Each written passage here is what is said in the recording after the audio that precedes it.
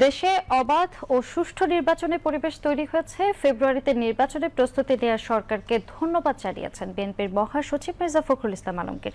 সকালে রাজধানীর গুলশানে চেয়ারপারসনের রাজনৈতিক কার্যালয়ে বিশিষ্ট অর্থনীতিবিদ রেজা কিবরিয়া বিএনপিতে যোগদান অনুষ্ঠানে তিনি কথা বলেন। মির্জা ফখরুল ইসলাম আলমগীর বলেন, বিএনপি ক্ষমতায় গেলে দেশ গণতান্ত্রিক এবং অর্থনৈতিকভাবে সমৃদ্ধ হবে।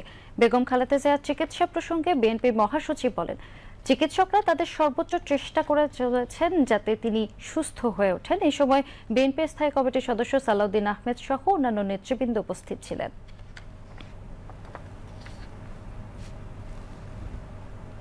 আপনারা সবাই জানেন যে আমাদের দলের চেয়ারপারসন এই দেশের সবচেয়ে জনপ্রিয় নেত্রী এবং গণতন্ত্রের আপসীন নেত্রী দেশনেত্রী বেগম খালেদা জিয়া এখন অত্যন্ত অসুস্থ এবং আমাদের চিকিৎসকরা কাজ করছেন, আপ্রাণ চেষ্টা করছেন।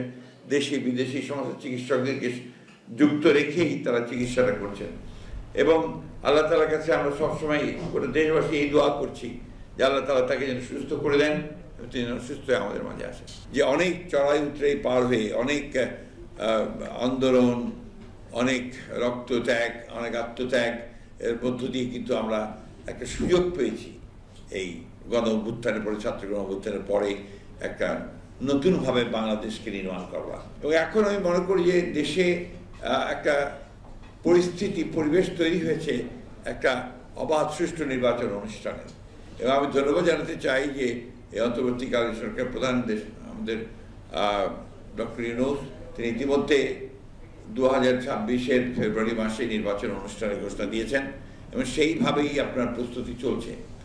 আমরা অত্যন্ত আশাবাদী যে দেশের মানুষ এই সুযোগটি গ্রহণ করে তারা তাদের যে প্রতিনিধিত্ব, অর্থাৎ তাদের ইলেক্টেড যে প্রতিনিধি, তারা একটা পার্লামেন্ট গঠন করবেন এবং সেই পার্লামেন্ট গঠন করার মধ্য দিয়ে তারা একটা জনগণের গণতান্ত্রিক সরকার প্রতিষ্ঠা করবেন।